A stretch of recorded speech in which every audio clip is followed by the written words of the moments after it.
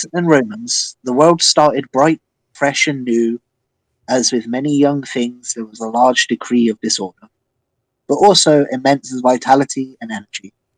Those living later in the classical era considered that the Golden Age was done and their universe was relatively orderly, only because it lacked the wild exuberance of youth. Just as the Romans believed newborn baby bears were without form until licked into shape by their mother. It took the great storytellers of antiquity, from Homer to Ugh. Virgil, to mould the incarnate stories of Greek and Roman myth into what would become their standard forms. The pages which follow tell the creation much as it was given shape by Hesiod in about 720 BC. His version, called the I need a horrendous blue. Theogony, became the Greek and Roman become for the Greek and Romans the most widely accepted, but not the only story of creation in the universe. Step 1: Chaos theory. Before there was earth or sea or sky that covers everything, all nature was the same. The wide world across. It was that which we call chaos, a raw, confused mass, nothing but inert matter, badly There we go. combined, discordant atoms of things mixed up in the same place. At first, all was chaos. Time, heaven, earth, the skies and the waters commingled, and there was neither reason nor order in the mingling. Chaos was infinite and dark, a yawning chasm through which the jumbled elements that would later make up the world were forever falling. Chaos contained all things that ever were to be, though none yet existed in organized form. It was, as the followers of Orpheus later described it, the egg of the world. It was here in the uncountable space before time existed that certain forces began to take shape, which became the first organized entities in the universe. There were the Big Four: Eros, Gaia, Tartarus, and Nyx/Erebus. Every divine entity among the thousands and thousands in the ages to become would be descendant from these. Eros, the first to emerge from chaos, was the proto-god. Eros was love. The primeval Eros was a mighty force, arguably the greatest of all, but without Eros and the other beings who sprang from chaos would have remained static and unchanging, eternal yet sterile, for Eros embodied not only love, but also the entire reproductive principle. In later eras, it would offload Yeah. many of its duties to other deities and become the cuddly Cupid of Roman times. But we would do well to remember, we would do well to remember the occasionally gruesome tale that follows, that the universe of myth was created through love.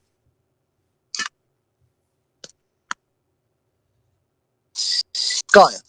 The first upon whom Eros worked his magic was Gaia, the earth. But only the earth is able to bring things from itself by itself, a principle known to ancient Greeks and modern man alike as parthenogenesis, or maiden earth. And so, Hesiod, without the sweet union of love, Gaia brought forth from herself Uranus, who was the sky, or Celius to the Romans, and Pontus, the waters. Tartarus. This was the dark opposite of Gaia. Where Gaia was fertile and alive, Tartarus was sterile, dead. In later ages, Tartarus would be the prison for giants and monsters, humans or other. Too powerful or too dangerous to walk the earth. Even Eros could do nothing with Tartarus, who produced no offspring. And Nyx. Eros had an easier time with Nyx, the black-winged knight, which had already a certain duality, being also Erebus, the knight of Tartarus. And through Eros, Nyx and Erebus came together to produce Hemera, who became the day, and Aether, which became the heavens and the upper air, the breath of the gods, and the border between Tartarus and Gaia. Aether was only one of the primordial forces of the universe, but not particularly the creative. So it was no surprise that when he did later come together with Gaia, their offspring were again Aragia, the goddess of laziness. With the birth of these entities, the basic foundations of the universe were complete. Step 2, the Big Bang, the line of Gaia and Uranus. Quote from a Homeric hymn. Of Gaia I shall sing, mother of everything, deep-rooted and eldest, nourish all. End quote. The dynamic duo of the early universe were Gaia and her son, Uranus, the earth and the sky. Like her fellow proto-gods, Gaia was not human in thought or nature. Each force acted upon the other with no regard for such human concepts as mother or son, relations or incest. It was enough that Gaia was a female element and Uranus was male, who every other night covered the earth with his starry splendor. Of course, there was no measuring the time in which this happened. The time was yet to be born, and chaos, from which the first four forces had sprung, still lay between the earth and the heavens. And as we well know, chaos has never completely got away. Gaia is best known today as the Gaia hypothesis, which postulates that the Earth is in fact a single living organism. As a result, the Gaia name is now used in everything, from government programs to vegetarian sausages. However, our dictionaries know Gaia best in her aspect of Gi. The Earth, a picture, graphite, of Gi gives us geography. We also have geostatic satellites and geophysical studies. The study of Gaia's bones give us geology, and the measurement of the Earth gives us geometry. Those farmers who work the Earth have been given the name of George, and the two states of Georgia. And Uranus today.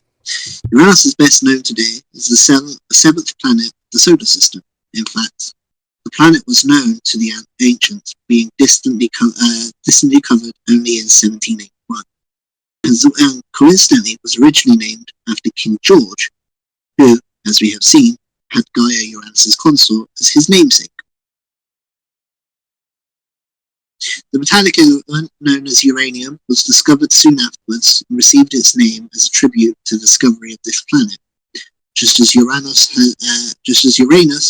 was believed to be the last of the planets. Uranium was once believed to be the last of the elements. The union of Gaia and Uranus was fruitful and produced a horde of creatures who were collectively known as the Titans. These assumed different forms. Many were monstrous, and being immortal, survived to trouble humanity in late ages. Others were integrated into the pattern of the universe as it continued to take shape and become indispensable to its proper function. Among the latter were Oceanus, who embodied the world river that flowed all around Gi, or rather around the Eurasian landmass and North Africa, which is all the ancients knew of the Earth. There was also others were integrated into the pattern of the universe as it continued to take shape and become indispensable to its proper functioning. Among the latter were Oceanus, who embodied the world river that flowed around all of Gi, or rather around the Eurasian landmass and North Africa, which is all the ancients knew of the Earth. There was also Mnemosyne, and mother of the Muses, and Hyperion, who from whom in turn were born Helios, the sun, and Selene, the moon, and Eos, the rosy-fingered dawn.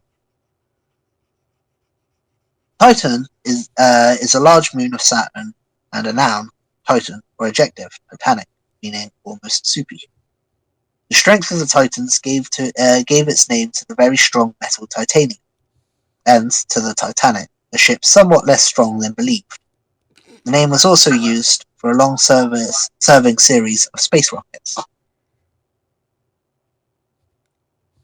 Other children of Gaia and Uranus included the one-eyed race of Cyclopses and the gigantic and terrible Hecatoncheires, each of which had 50 heads and 100 hands. A Hecatoncheires means 100-handed. The latter creatures had considerable potential for trouble, and in some versions of the tale, Uranus had them cast into Tartarus.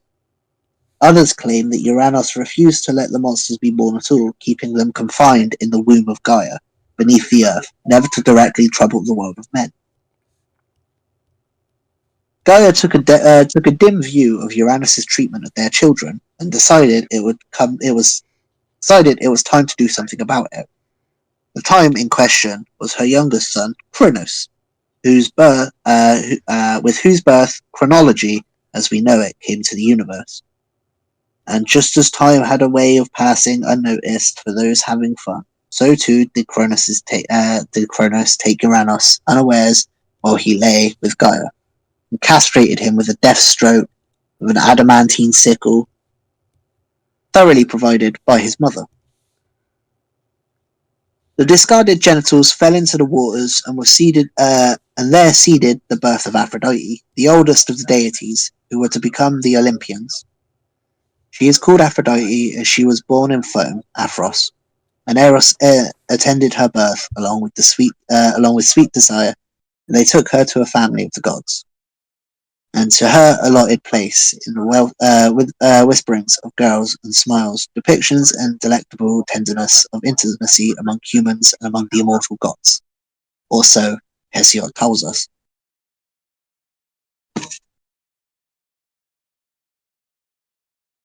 For those who wonder where sweet desire had come from to assist at the birth of Aphrodite, the answer is that Nyx had been busy as well. Desire was one of the more pleasant and decidedly mixed bag of Nyx's children, which included Gyrus, old age, Hypnos, sleep, Thanatos, death, Eris, discord, and Nemesis, retribution or revenge, as well as the dread Moirai, or Fates, who wove the destiny of men and gods alike. The Neoptolemus principle and the birth of Zeus. The Neoptolemus principle dictates that the harm of a man has done that the harm of a man has done will in turn be done to him. Karma. The Greeks took this almost as law of nature and named it after a son of Achilles, who was killed as brutally as he had slain many others. Though Neoptolemus himself lived much later, the principle at work can be seen at this early stage in the attack on Uranus. Gaia and Uranus continued to consort, but the castrated Uranus ceased to interact meaningfully with the universe and soon dropped off from the record. Gaia too stepped into the background. In fact, she became the remains of the background herself. Kronos led a new generation of gods, well, Titans, actually, taking as his consort his sister, Rhea. Rhea is a minor character in the Greek myth, but came back strongly in Roman religion as the Magna Mater, the Great Mother, being as she was the mother or grandmother of the Olympian gods. In the modern world, Rhea is the largest of moons of Saturn. This is appropriate, for the Roman Kronos, with a touch of Hades, became Saturn, an agricultural god who is today worshipped as Saturday, or Saturn's Day. Several significant women early in Roman myth were called Rhea. Rhea Silva was the mother of Romulus and Remus. Another Rhea is the mother of Advantius with Heracles, after whom the Aventine Hill of Rome is named. Or the Aventine Hill of Rome is named. Sadly for Gaia, Kronos decided that upon mature reflection, it might be better if her monstrous offspring stayed in prison in Tartarus. Having started along illiberal lines, Kronos remained consistent. He knew full well that Nemesis was already on his case after the castration of his father, and that Neoptolemos principle meant that he, in his turn, would likely suffer at the hands of one of his children. Kronos attempted to avert retribution by his children for the attack of his own father, but since gods are immortal, killing his offspring was not an option. Uranos' experience suggested that stuffing them back into their mother did not work, so Kronos took matters into his own hands, indeed into his own stomach, by swallowing his children as they were born. A metaphysical reflection of the fact that in the long run, time does indeed swallow up all of its children. However, in attempting to avoid his father's example, Kronos still committed the identical error, not considering the maternal instincts of his wife. Like Gaia, Rhea was angered by the fate of her children, and like Gaia, she was prepared to do something about it. Like any good Greek girl in all the ages to come, Rhea turned to her mother for advice. Gaia advised her daughter to come home, and so, when Rhea's pregnancy with her youngest came to term, she returned to the earth, and here Zeus was born. Possibly at Lyctos, or maybe Mount Ida, or maybe Mount Dicte, but certainly in Crete. When Kronos duly turned up to swallow the newborn, he was given instead a large lump of Cretan stone, wrapped in swaddling clothes. And so Kronos went away believing that he had consumed the last of his children, while Gaia carried off Zeus, her grandchild, to be raised in secrecy. Fed by the honey of the wild bees and nourished by the milk of Amathea, one of the first goats ever to be. Heavenly Wars, the Titanic struggle. Though Zeus was quietly growing into his power away from his father's watchful gaze, Kronos was both powerful and crafty. If he were to be overthrown, Zeus would need allies, and so Gaia inveigled Kronos into regurgitating Zeus's brothers and sisters, from last to first. And as soon as Kronos vomited the stone he had believed to be Zeus, the game was up. Zeus freed the imprisoned sons of Gaia from Tartarus, and Kronos called upon his brothers and sisters, the Titans, to defend his reign. War commenced in heaven, and mighty was the struggle, which, according to Hesiod, for 10 years, quote, made the vault of heaven shake and groan, and the earth and boundless seas threw back the echoing roar. High Olympus was shaken to its base, and the earthquakes came in endless succession. But eventually, Kronos was defeated. The Titans who had fought with him were imprisoned in Tartarus. But before Zeus could be secure as master of the universe, he still faced great challenges. The first of which consisted of the giants, whom had sprung up from the earth from the blood of Uranos, just as Aphrodite had risen from the sea. Led by Atlas, the giants piled the mountain atop one each other in an ultimately unsuccessful attempt to reach and storm Olympus, a mighty mountain in northern Greece which Zeus and his siblings had made their home and citadel. The final and most awful challenger to the authority of Zeus was Typhon, the 100-headed, the hurricane, the breather of fire. He was the youngest son of Gaia and came closest of all to bring in the forces of disorder and darkness to victory on Earth. But Zeus had discovered his skill, the thunderbolts the Cyclopses had made for him, and with these he smote Typhon, cast him into the earth beneath Mount Etna in Sicily, from whence Typhon will still periodically belch his fire in futile rage.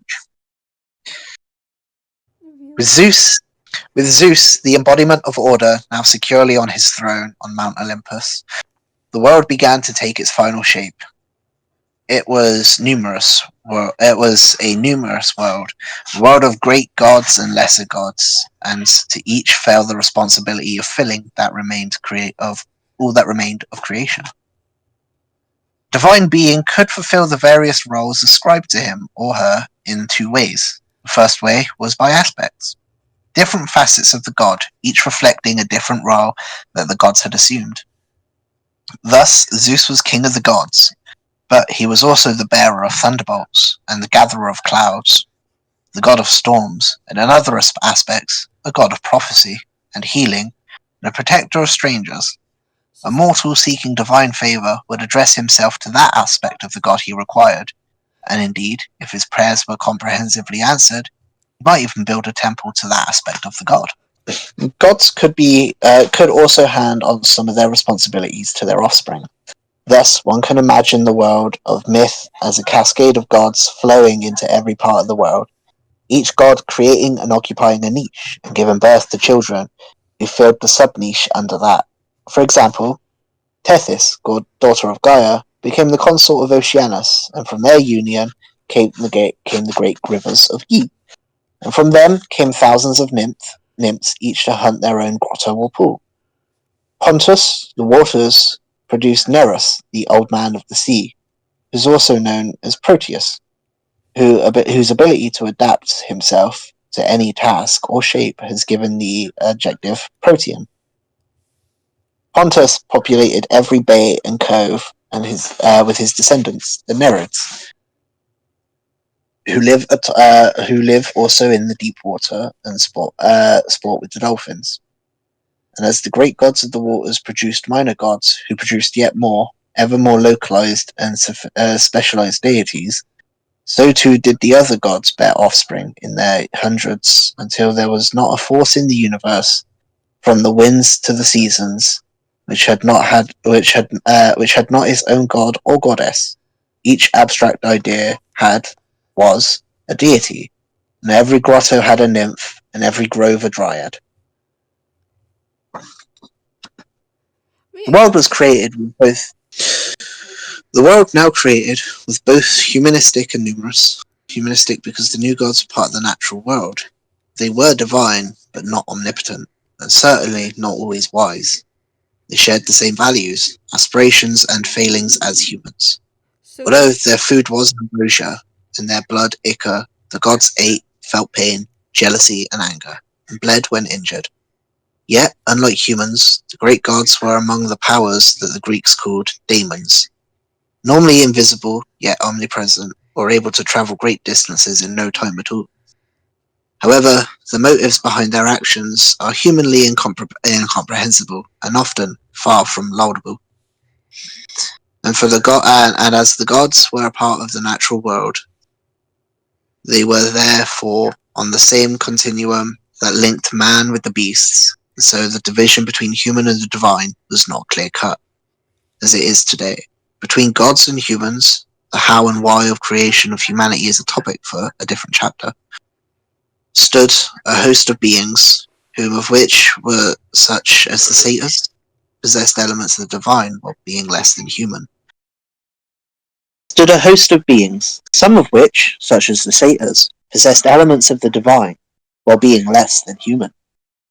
Not only lesser divinities, but even the great gods and goddesses were capable of interbreeding with humans, and did so with considerable enthusiasm.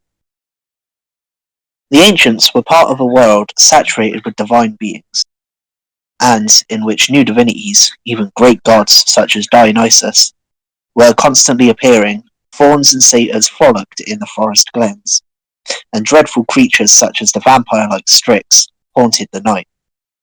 Even apparent humans might be gods travelling incognito, or demigods, or the children of gods. But humans and their gods could interact at every level in every way that is possible for humans to interact between themselves.